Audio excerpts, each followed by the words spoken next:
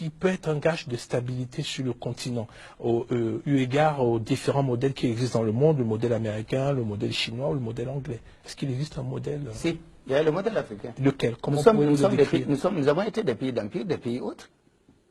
Je prends par exemple Kourkan-Fouga, ça fait 740 ans que ça existe. Kourkan-Fouga est l'une des premières chartes au monde. Elle a été faite au Mali en 1236 pour bâtir et mettre en place l'Empire du Mali. Et jusqu'à aujourd'hui, lorsqu'on lit les droits de l'homme d'aujourd'hui, on voit plusieurs aspects qui ont été pris en compte. Ce qui veut dire que ça n'a pas commencé maintenant.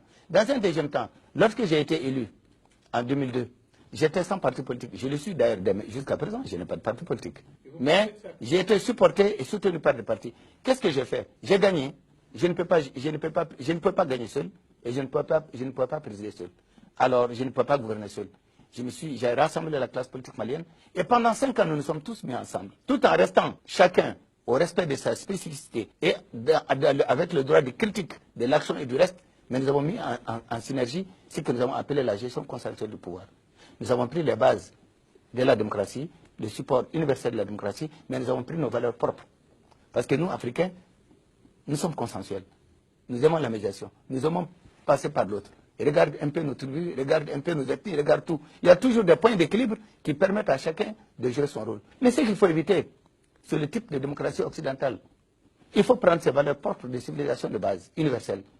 Mais nous ne sommes pas l'Occident. Parce que la démocratie occidentale, dans certaines limites, est une démocratie d'affrontement.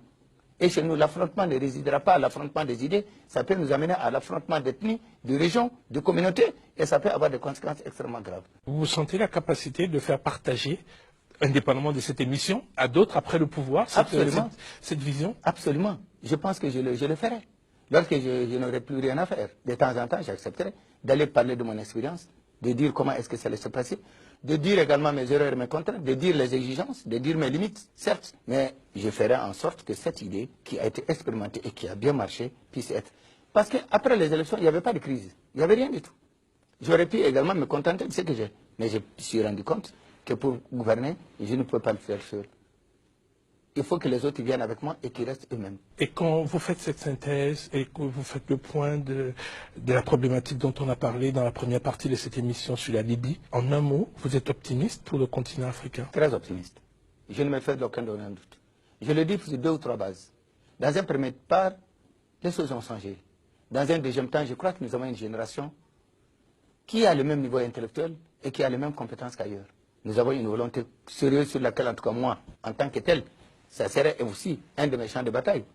C'est l'intégration africaine et certainement un jour les États-Unis d'Afrique. Je crois en l'Afrique.